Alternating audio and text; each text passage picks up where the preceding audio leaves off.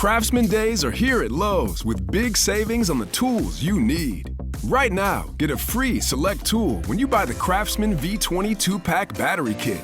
Whether it's the backyard, the bathroom, or beyond, Craftsman has the tools to help you power through and get the project done right. Because DIYing is unpredictable, but your tools shouldn't be. Shop Craftsman at Lowe's today. Valid through 6/18 while supplies last. Selection varies by location. Walter Sports Bar is the spot to watch the NFL in the Navy Yard neighborhood. They preset all indoor TVs and seat first come, first served. Visit waltersdc.com/NFL for more information. Weems deals. Swinging a fly ball toward the gap right center field. This is trouble. It will not be caught. And it is one hop off the fence and will give the Dodgers the lead. Hernandez scores. Outman right behind him. And in second with a go-ahead two-run double is Chris Taylor. And the seesaw game tilts back in the Dodgers' favor. They lead it 6-5. Ferrer, the young lefty to the belt. Here's his first pitch. Swinging a line drive center field. That's down for a base hit. Freeman racing around third, trying to score. Heading for third is Smith. The throw there by Young is not in time. And the Dodgers now lead it 8-5.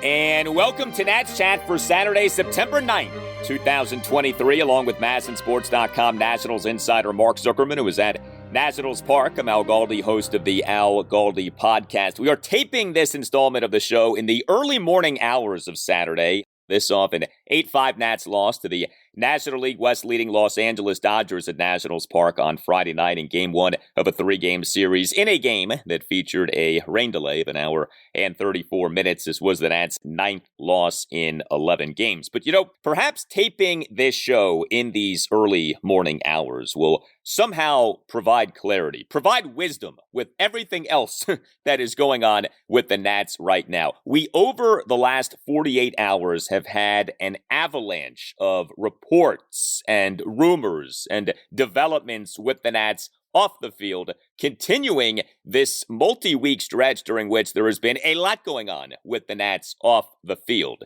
There is the Stephen Strasburg mess, including the team's managing principal owner, Mark Lerner, putting out a statement on Friday evening.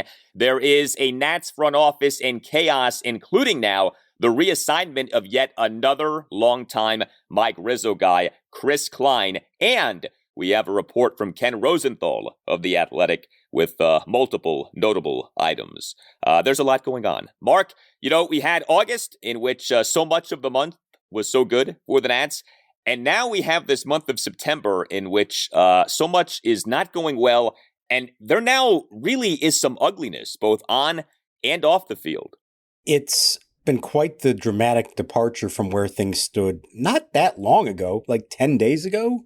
It seemed like they were in their best position that they had been in a long time, and reason to be excited and optimistic as anyone had been in a couple of years. And to see it flip like this, both the on-field performance, not that that matters as much in the larger picture, but obviously they're not playing well on the field. And then to have all the other stuff now come out about what's going on behind the scenes, it really is a dramatic shift in narrative for this team. And I don't know, I'm interested when this all wraps up. There's still 3 weeks to go. I'll be interested what the tone is at the end of all this, at the end of this season. What are we going to be saying about 2023 for the Nationals? Is it going to be positive? Is it going to be negative? Is it going to be a combination of the two things? I'm not exactly sure at this point how we're going to feel about this. I think there is a lot of uncertainty with a lot of stuff right now with this team, no doubt. So with the game on Friday night, MacKenzie Gore was the Nats starting pitcher. First time in a while that we're able to say that. Gore on Friday night made his first start in 10 days. He was on the bereavement list from August 31st to September 5th, but as we had talked about on the podcast, him not pitching for a while also worked in accordance with this idea of, a workload limit for him this season. Well, MacKenzie Gore, in making his first start in 10 days, lasted for just 4 innings. He allowed 4 runs in the 4 innings, gave up 6 hits, 3 home runs, and 3 singles, issued 2 walks, did have 4 strikeouts, but he, over the 4 innings, threw a whopping 89 pitches. Gore, in this outing, did deal with a nagging blister, but top of the first allowed 2 runs on a 2-out 2-run opposite field home run by J.D. Martinez to right center. Top of the third, Gore did put forth a pretty impressive escape act here. Runners on first and second, 2 outs, generated a swinging strikeout of J.D. Martinez. That was good. But then in the top of the fourth came 2 more home runs. Gore allowed 2 runs on a leadoff homer by Max Muncy to the third deck in right field to tie the game at 3, and a 1-out full count solo homer by Kike Hernandez to left field for a 4-3 Dodgers lead. We have talked about Gore and Josiah Gray and how each guy for a while now has not been pitching as well as each guy had been pitching early in the season. Gore has not been as bad as Gray has been. Gore has been very up and down. Some starts he's been good, other starts not so much. It was hard to know what exactly to anticipate from him in this outing on Friday night, but obviously the results were not particularly good. Well, and I think we have seen a developing pattern with him. He doesn't last very long. His pitch count gets up there and he's getting knocked out early. And not that it's ever a good night for your starter to go only 4 innings, but in the first game of a 17-game stretch without an off day until you get to the final week of the season, that's just the last thing you wanted to see from Gordon. Now, some of that was the blister you mentioned. It did open up on him again, and maybe he could have gone 1 more inning if not for that. But it's not like the performance really was screaming that he needed to stay out there any longer. 3 home runs allowed, long counts. You give the Dodgers some credit. These are tough hitters. It's a tough matchup. They know how to work the count and, extend at bats, but still way too many pitches up in the zone.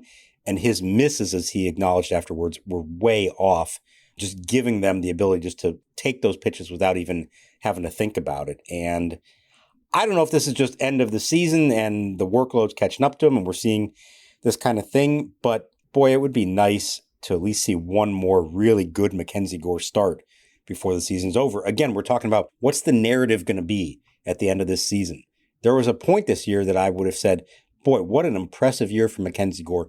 Yeah, a bit erratic start to start, but boy, those good starts were really good, and this looks like a future ace. And we may still feel that way at the end, but those great starts are feeling more and more removed.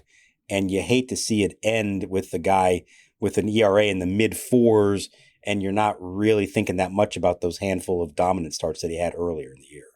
Yeah, Gore now on the season, 27 starts, ERA of 4.42. It was such a pleasure to watch MacKenzie Gore and Josiah Gray earlier this season. And I know for me, like the last, month and a half, 2 months, it's no longer the same pleasure. Like these starts for Gray and Gore are tough watches. High pitch counts, a lot of walks, a lot of laboring, guys not lasting for very long.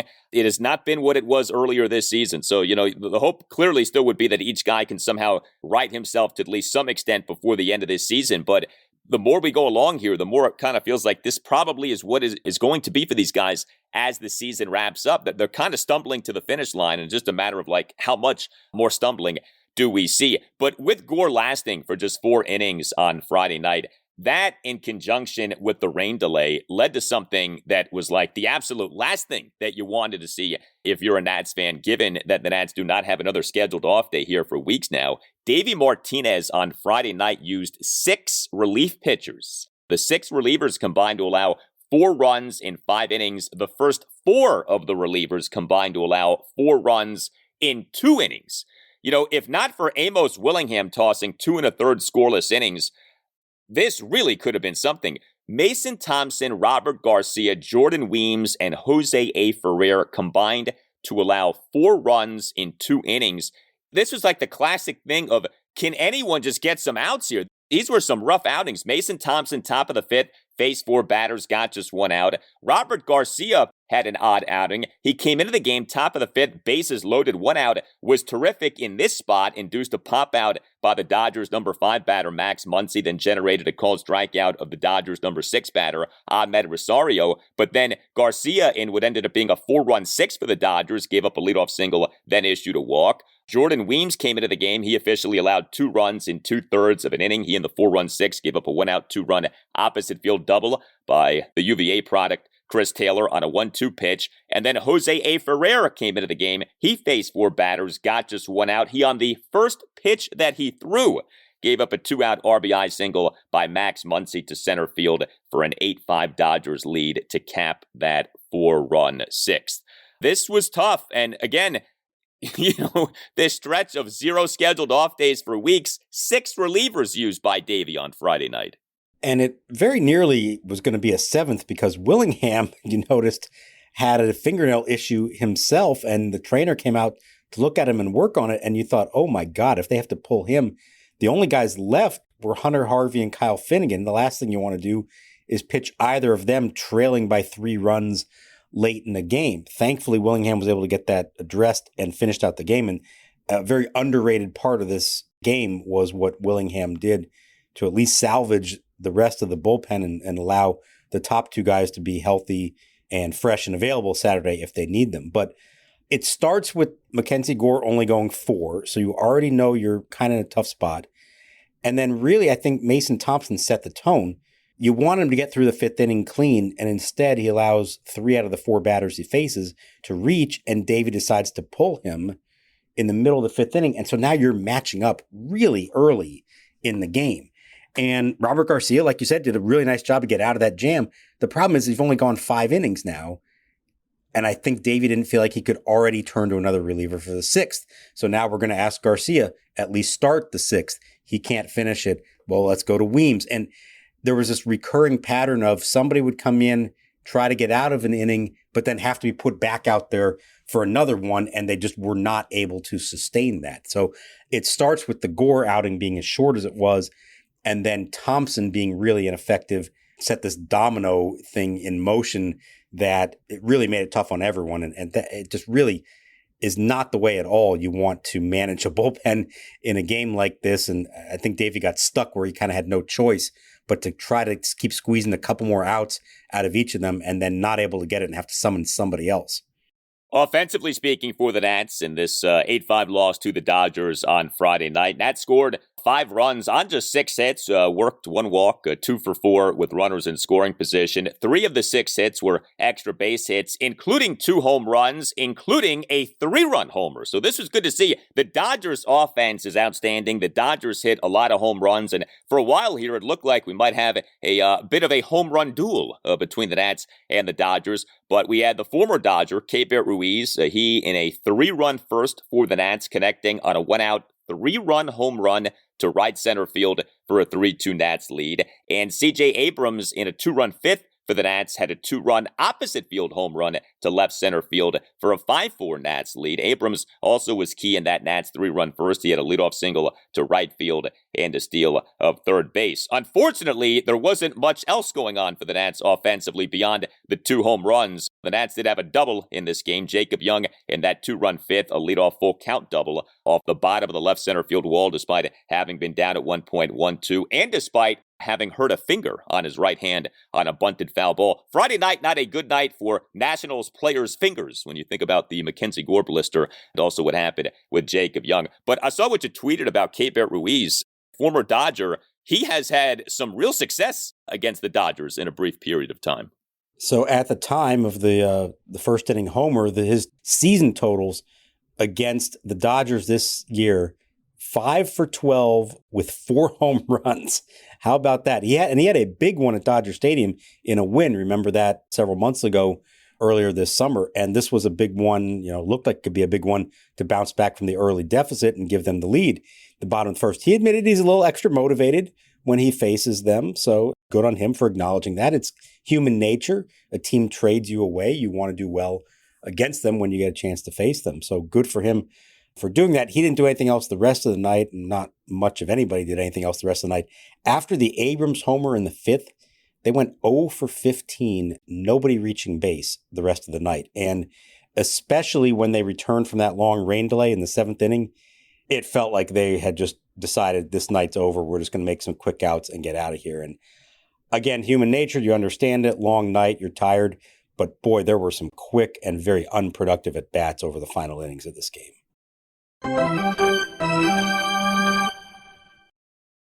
Hey, are you a law firm partner or an associate stuck on an underperforming franchise? Do what Nationals legend Max Scherzer did. Demand a trade. He left the New York Mets, right? And ended up on a contender in the American League. There might be greener pastures and a lot more money at another law firm for you.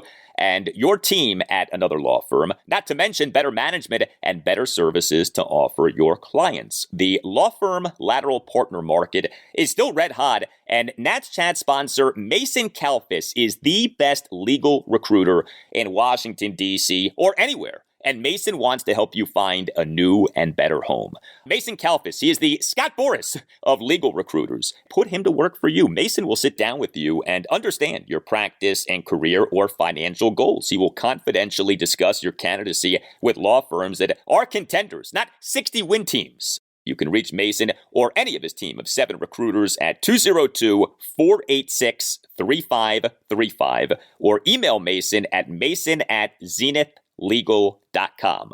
That's 202-486-3535 or via email at mason@zenithlegal.com. Go Nats! The Nats will be contenders very soon, and you can be a contender even sooner. The Game Time app is loaded this week with tons of local ticketing options, Nats, Commanders, DC United, Mystics, and a slew of concerts. If you want to get out of the house this weekend for one of these events, make sure to check the Game Time app. Game Time is the fast and easy way to buy tickets for all the sports, music, comedy, and theater near you. It's the fastest growing ticketing app in the country for a reason. Get images of your seat before you buy so you know exactly what to expect when you arrive. And listeners, download the Game Time app, create an account, and use code NATSCHAT for $20 off your first purchase. Terms apply. Again, create an account and redeem code NATSCHAT for $20 off. Download Game Time today. Last minute tickets, lowest price, guaranteed. Hey guys, Al Galdi here to tell you about Factor, which is offering a great deal for listeners of the Nats Chat podcast, 50% off. September has arrived. That means even more of a focus on the Nats' promising young players, but that also means that your busy life now is even busier.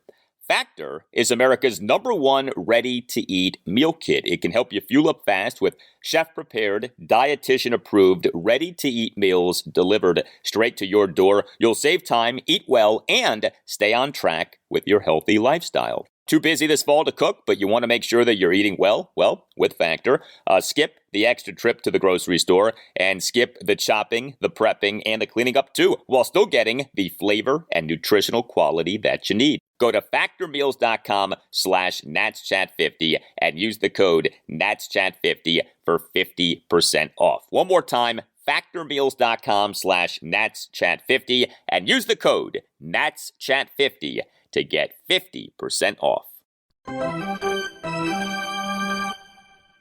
What sort of update can you provide, if any, on Stephen Strasburg?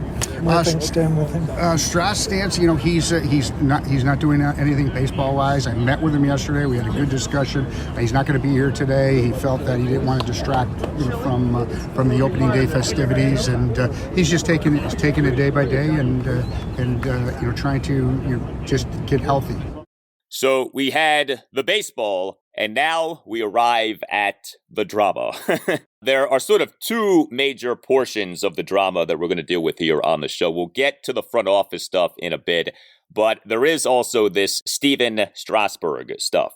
So just to sort of synthesize what's been out there these last few days, we all know that Stephen Strasburg is retiring. Now, nothing has ever been officially declared, but it has been sort of the worst-kept secret in baseball that Stephen Strasburg is retiring. This goes back weeks. Remember, we had the reports a few weeks ago that Strasburg, in fact, had decided to retire. Well, we on Thursday afternoon had multiple reports that a Stephen Strasburg retirement press conference for this Saturday, i.e. for the day on which this podcast is being published, had been called off. Now, the press conference was never formally announced, okay? It was never declared that a press conference was happening, but it was known behind the scenes that plans for a Strasburg retirement press conference had been in place.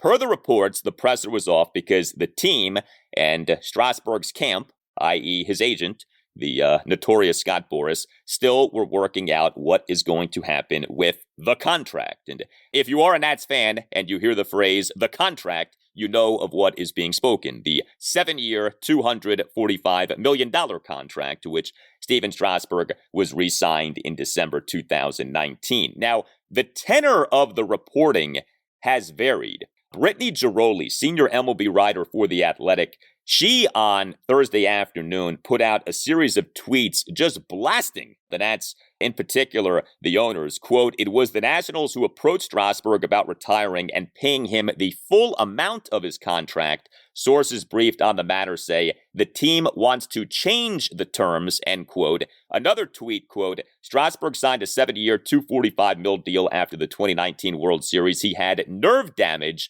and is 100% disabled, offering a gracious retirement ceremony and then trying to change the terms is something," end quote.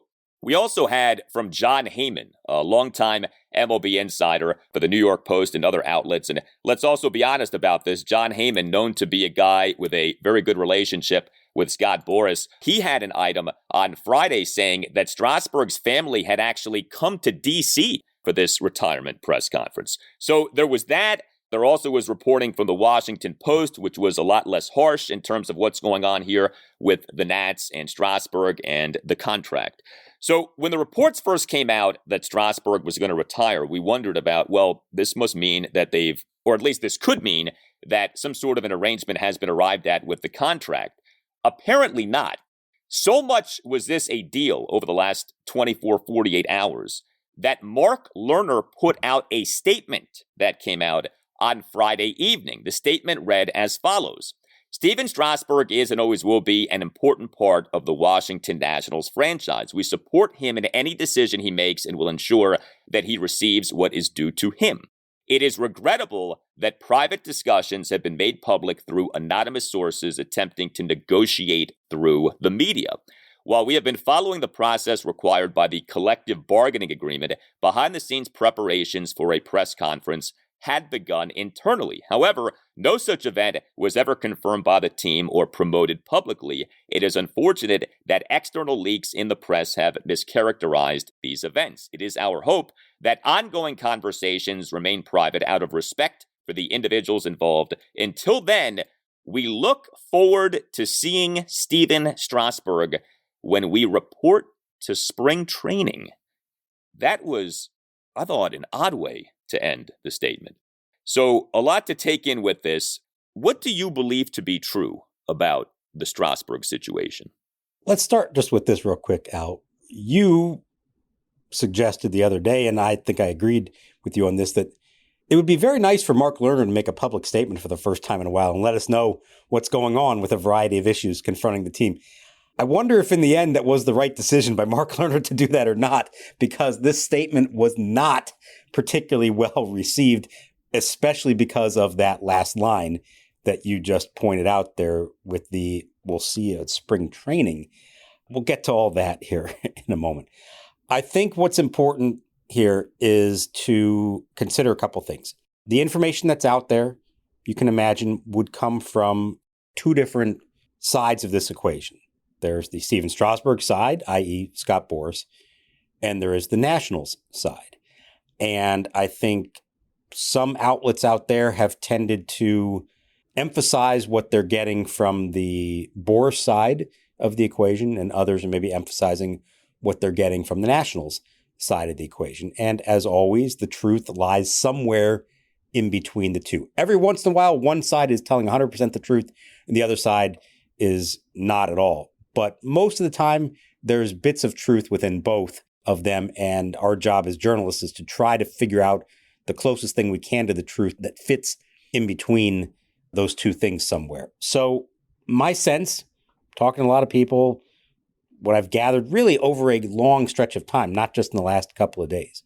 Number one, I think we all know this, that Stephen Strasburg's decision to retire really was made quite a while ago. The realization had set in back in the spring when he tried to give it one more go and couldn't, that was the end of the line. And as we've discussed on this podcast in the past, everything since then was really just going to be about the financial arrangement and how would they work it out. A reminder for everyone who doesn't know, MLB contracts are guaranteed. Player signs a deal for $275 million. He gets the $275 million, provided that he honors that contract. Now, here's the catch. If a player voluntarily retires at any point, he forfeits the rest of the contract. Unless he is debilitated by injury and unable to perform his duties as a ball player, and that's where we are in this case, obviously. So we knew with about $105 million left that's owed to him over 3 years, you knew that it wasn't just going to be as simple as the Nationals saying, yep, we'll still pay you all that, we're good, everything's fine.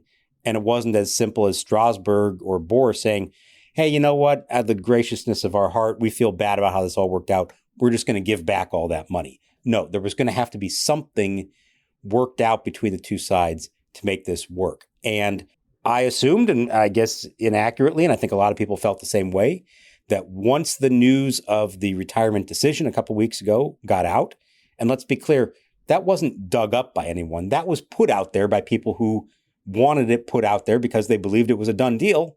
We all thought, okay, the financial arrangement must have been worked out, and so they did it. And I don't know what the terms were, but I figured probably something along the lines of them paying him all or close to all that he's owed, but maybe spreading it out over a longer period of time. Well, I guess in the end, those I's had not been dotted and the T's had not been crossed. And now here we are, where in the days leading up to what we were told was likely to be a press conference on Saturday, but never formally told us that was going to happen, you got the sense that I don't know if this thing's actually going to happen as planned. And sure enough, by Thursday, they were acknowledging that it wasn't going to happen. So where does this leave you all?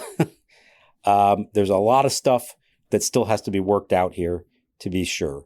I don't expect there to be a formal announcement for a while now as they try to figure this all out of how it's going to go down. But if anybody believes that we're going to see Stephen Strasburg in West Palm Beach in February and that he's somehow going to give it another go and try to continue his rehab from this injury, I don't think you really grasp what's going on here. That's not an option. This is posturing by Mark Lerner. And pretty clearly, though he didn't name Scott Boras in that statement, he's talking to and about Scott Boras. Somehow, these two parties have to work this out between now and then and figure out a way to do this that satisfies everyone and doesn't destroy a relationship that has been really solid for more than a decade between the two parties. Well, the one thing that nobody wants to see is this Strasburg situation to turn ugly. That's like the last thing that you want. And what has happened over the last 24, 48 hours has been ugly.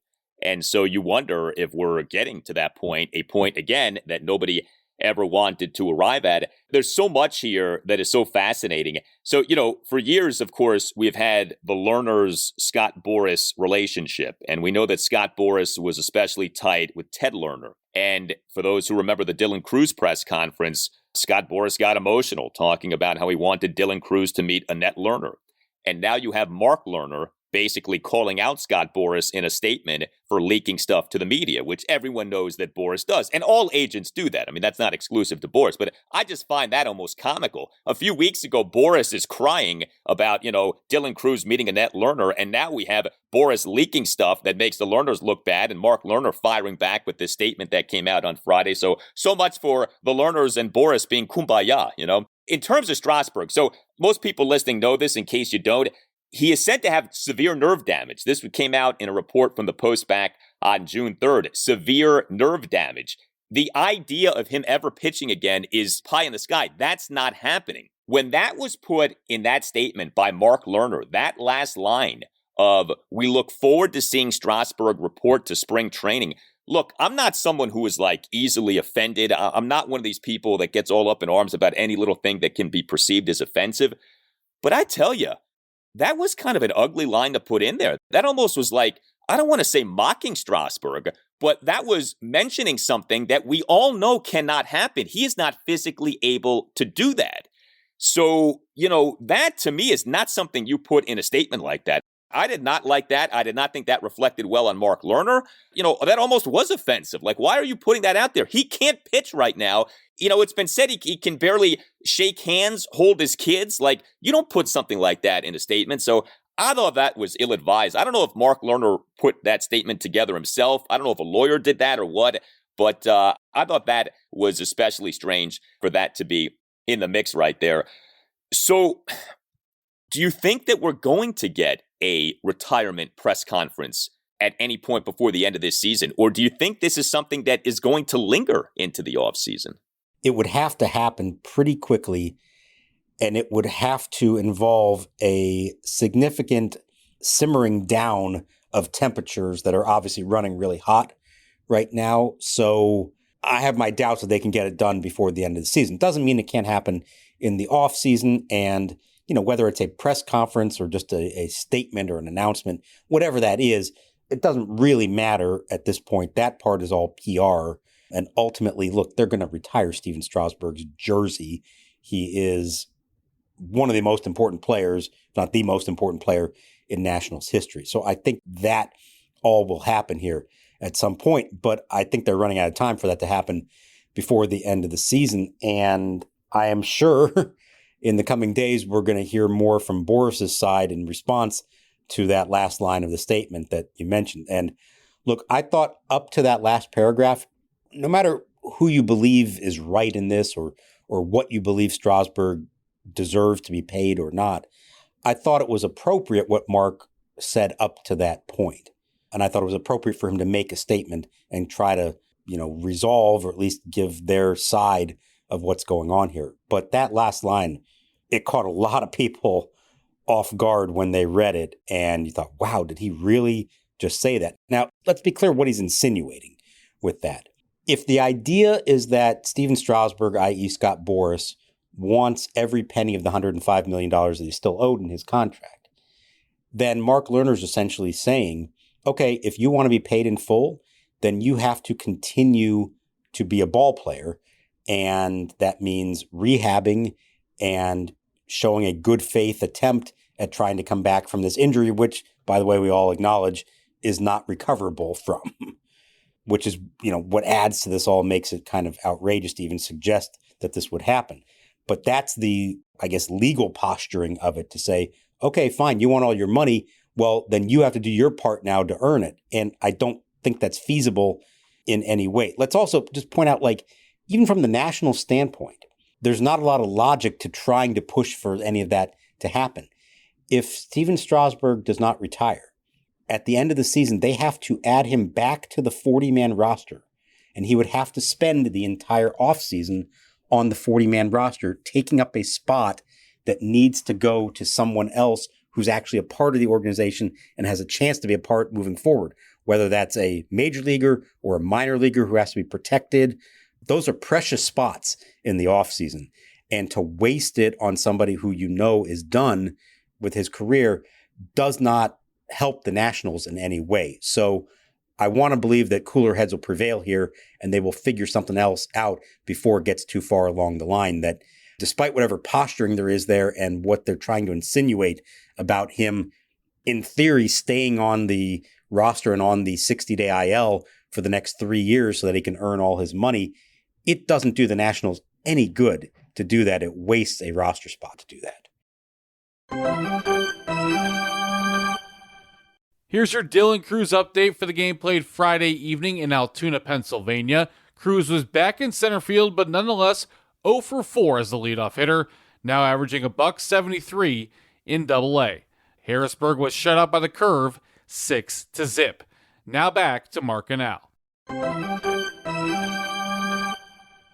So there is the increasingly ugly situation between the Nationals and Stephen Strasburg, and there is the increasingly tumultuous situation with the Nationals front office. This Monday will mark 3 weeks since we first had the reports that the Nats and their president of baseball operations and general manager Mike Rizzo were close to finalizing a contract extension. Of course, there still is no extension.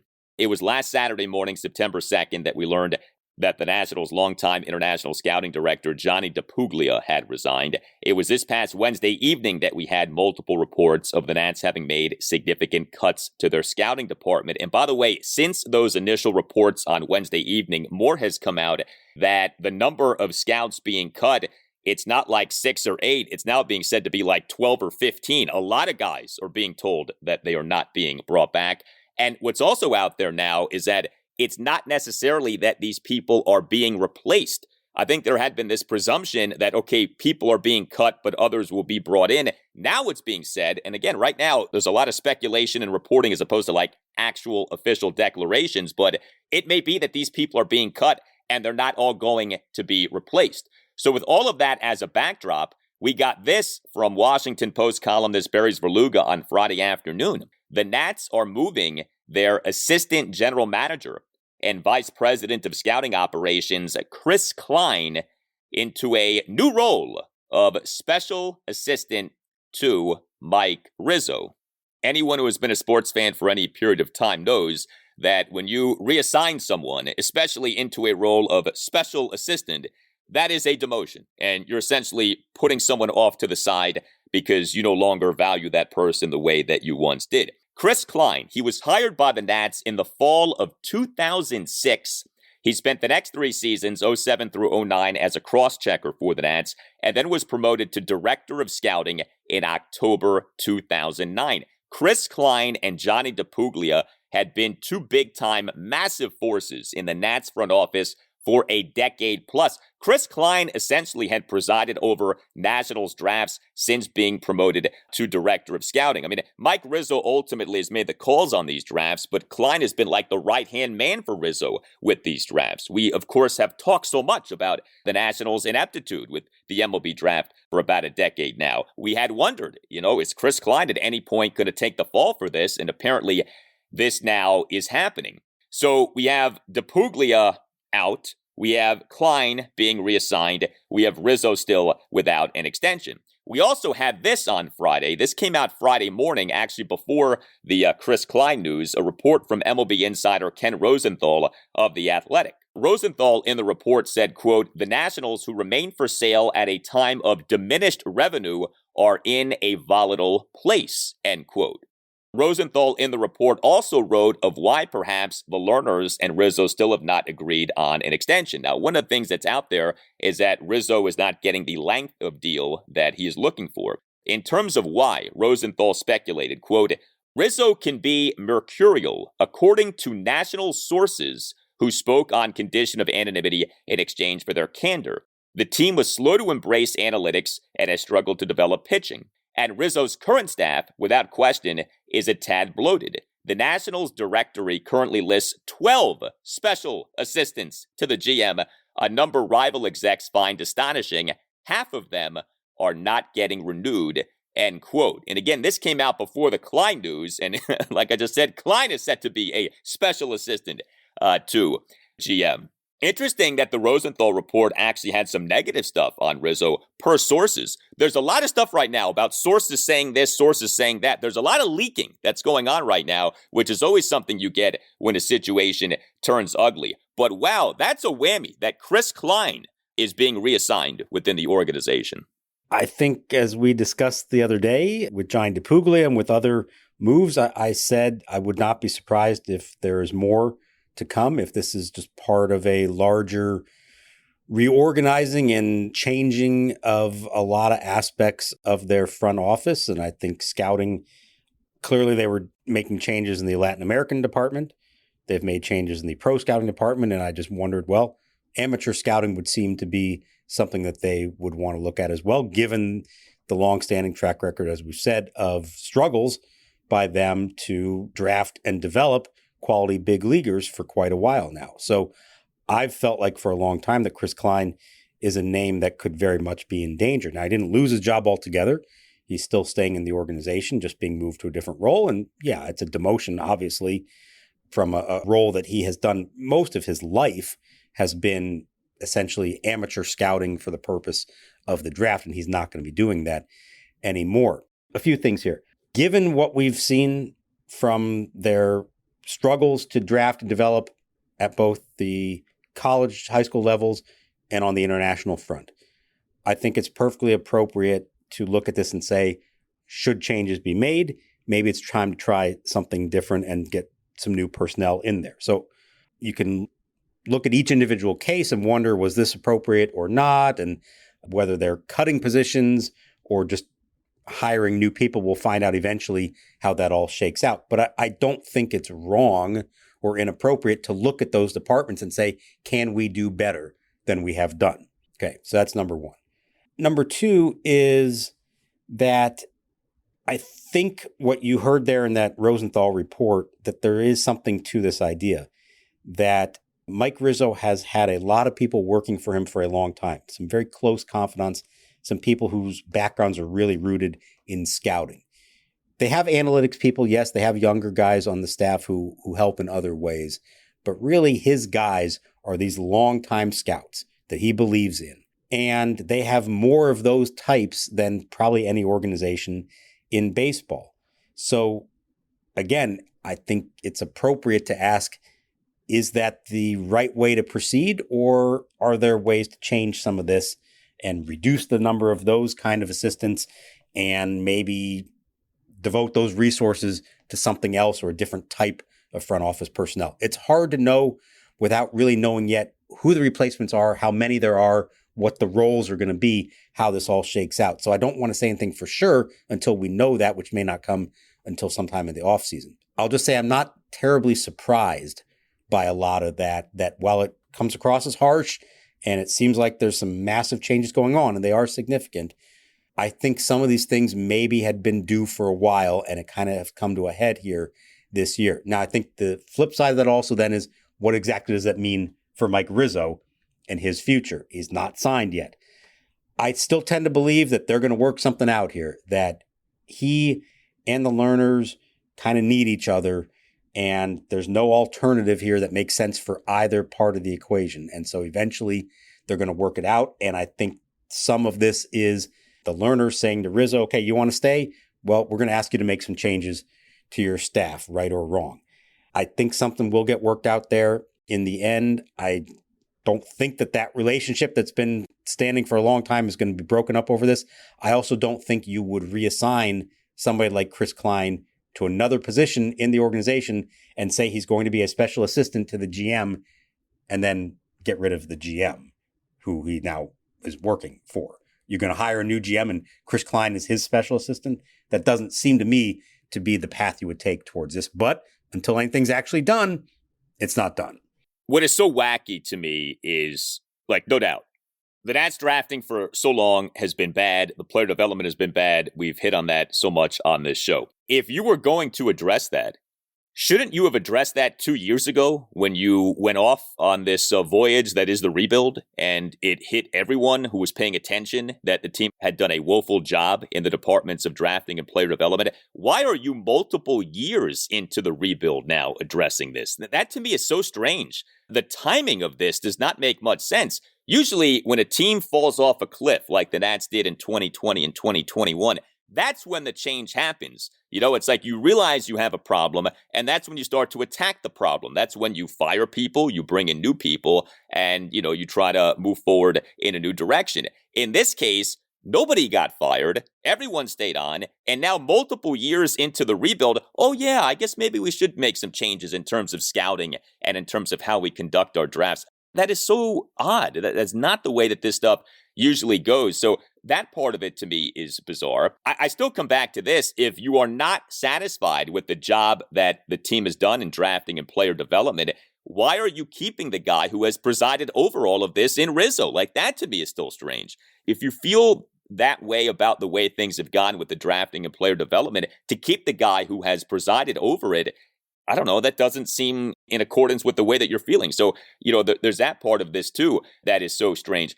So much of this, of course, is about the sale and the team being for sale. And it doesn't appearing that we'll have a resolution to that anytime soon. And so this thing that we talked about on the last show of this marriage between the Lerners and Rizzo, and they sort of need each other right now because, you know, Mike isn't necessarily going to get another job as a GM with another team, and the Lerners in trying to sell the team aren't necessarily going to get themselves a great new GM if all of a sudden that job becomes open. And so you sort of have these guys almost being forced to stay with each other. But that's not healthy. That's not the way to run a truly good baseball ops department. There was something else in the Rosenthal report that I found particularly interesting, and it had to do with how the Lerners determine their budgets. Consider this, quote, "The salaries of even veteran scouts amount to a pittance for a franchise valued at an estimated $2 billion. The Lerners, however, long have been known for their frugality in certain areas. Most teams set a budget for baseball operations without mandating a specific headcount. The lead executive can meet budget simply by reducing major league payroll. But the Nats, according to one source with knowledge of their operation, separate major league payroll from their front office budget. So while ownership might have been comfortable carrying a $101 million opening day payroll, more than half of which was devoted to Strasburg and fellow pitcher Patrick Corbin, it still could be hell-bent on cutting costs in other areas. Such is Lerner logic, and don't try to understand it, end quote. So I thought that was interesting from Ken Rosenthal. And I think it does raise the question of, you're getting rid of all of these people. Will you be replacing these people? And will you be replacing these people with better people? Spending on front office matters. Spending on infrastructure matters.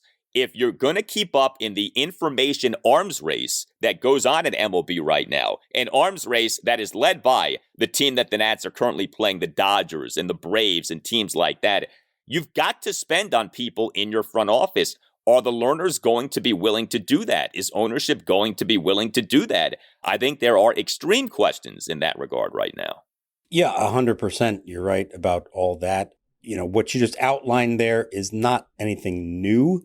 Really, since the early days of their ownership, we've talked about how they do spend big money on big name players, but they can nickel and dime with the best of them when it comes to behind the scenes stuff in the front office, whether it's personnel or even equipment or, you know, anything else that you need to run a baseball team, and that those are kind of two separate entities in their mind and not connected. And so that's always led to this, you know, debate, I think, among a lot of fans of are the Lerners cheap or not? And you have some people saying, well, they've had one of the highest payrolls in baseball for a long time back during the winning days. And, you know, how can you be cheap if you do that? And then other people saying, yeah, but they nickel and dime their scouts and their front office and all this. So I feel like this isn't a new dilemma or new situation that's being presented. This is kind of how they've operated for a long time. We don't have a clear picture yet of what the end resolution of this is in terms of the staffing and the personnel. So I do want to see how that shakes out, whether they are replacing everyone either with comparable people in those same positions or creating new positions. Maybe there is going to be a whole new analytics wing that's taking up some of these jobs that they're losing on the scouting side. I don't know the answer to any of that. But, I mean, you know, think about a couple years ago, you said, so they let the scouting department pretty much stay intact for the last few years, even as they began the rebuild. What they did do a couple years ago was overhaul player development. And the idea, or reading between the lines, was essentially them saying, we think our struggles to turn draft picks into big leaguers is not because we are drafting bad players, but we are not developing them into big leaguers. And so we are going to beef up our minor league staff, coaches, instructors, and everything, and try to do it that way. And a couple years later, we're saying, okay, has that worked or not? I'm not so sure. Well, okay, we already did that side of it. Well, now it's time to go to the scouting part of it. And maybe that has been the problem all along. So it's been kind of piecemeal over several years. But if this all goes through, and if there's more to come, as we think there could be, then maybe that's the second phase of this overhaul.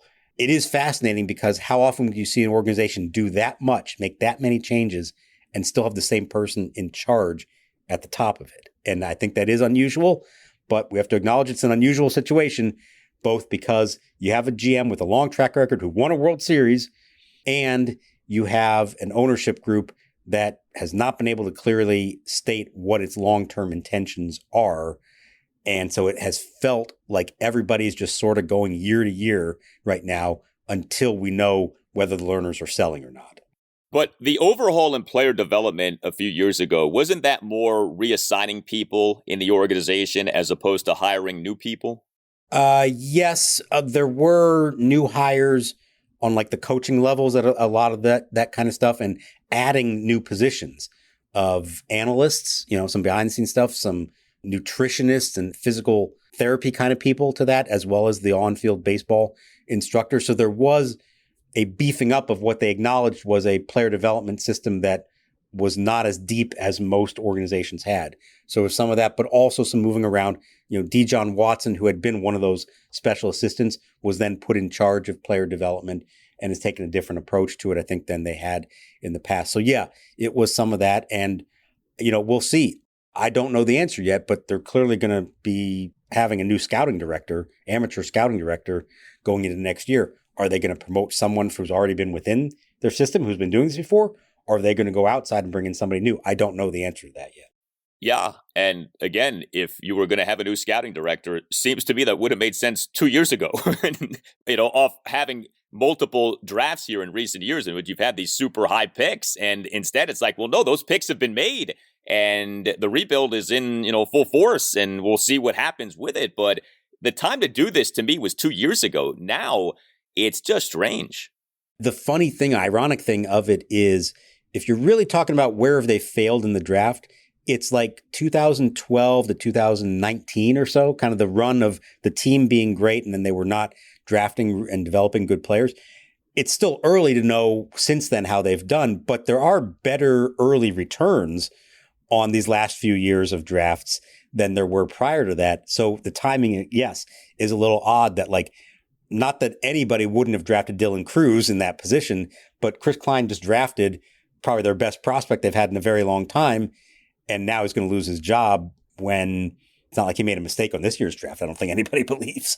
The winds of change are a-blowing at Nationals Park. And this has been some run. I mean, again, last 48 hours, crazy. Last few weeks really have been crazy. A lot of stuff happening off the field with the Nats. You tell us what you think. Hit us up on Twitter at Nats_chat. You can email the show, natschatpodcast@gmail.com. You can find us on our website too, natschatpodcast.com, at which you can buy a Nats Chat Podcast t-shirt. All Nationals radio highlights on Nats Chat are courtesy of 106.7 The Fan. A thank you to Tim Newmark for the Nats Chat Podcast music. Visit timnewmark.com. Next up for the Nats is Game 2 of this 3-game series against the Dodgers, 4:05 p.m. on Saturday. Jake Irvin will be the Nats starting pitcher. For Mark Zuckerman, I'm Al Galdi. We thank you for listening, and we'll talk to you next time on the Nats Chat Podcast.